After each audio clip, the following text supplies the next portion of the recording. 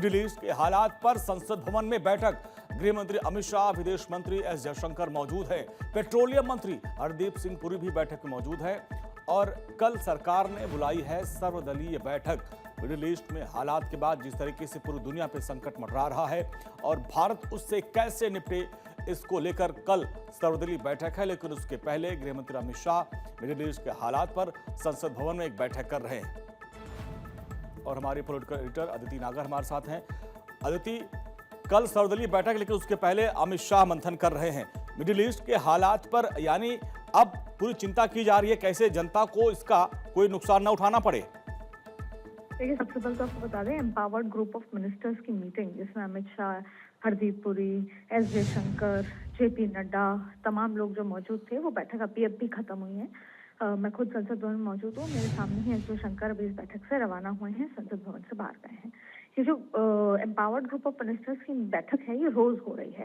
रोज क्या अपडेट है, क्या हालात है, क्या चर्चा है, कितना माल पेट्रोल गैस पहुंचा, कितने की आपूर्ति और कितना प्रोडक्शन, तमाम मुद्दों पर डिटेल चर्चा।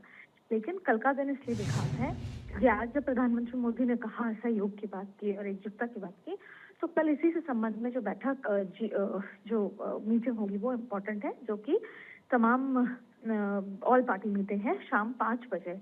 उसमें सरकार विपक्ष को भी सारी बातें अपडेट करेगी, जैसे युद्ध के दौरान अपडेट की थी, और विपक्ष को भी अपडेट करके तमाम बातों की जानकारी दी जाएगी। लेकिन अभी आपको बता दें, एम्पावर्ड ग्रुप ऑफ मिनिस्टर्स की मीटिंग जो कि अब रोज होने लगी है, रोज उस पर चर्चा होती है, समीक्षा होती है, अपडेट किया जाता है, वो बैठक अभी खत्म हुई है और एस जयशंकर अभी पार्लियामेंट से रवाना हुए हैं। जी, और जिस तरीके से अभी स्ट्रेट ऑफ हॉर्मुज से 2 जहाज आए, कल भी आए और परसों भी आए थे, उसको लेकर जो एक संशय का माहौल था कि पेट्रोलियम खत्म हो रहे हैं, क्या होगा। लेकिन प्रधानमंत्री ने साफ साफ सभी राज्यों को निर्देश दिया कि किसी तरह की कोई दिक्कत ना आवाम को ना हो। इसको लेकर भी कोई जानकारी, कोई अपडेट?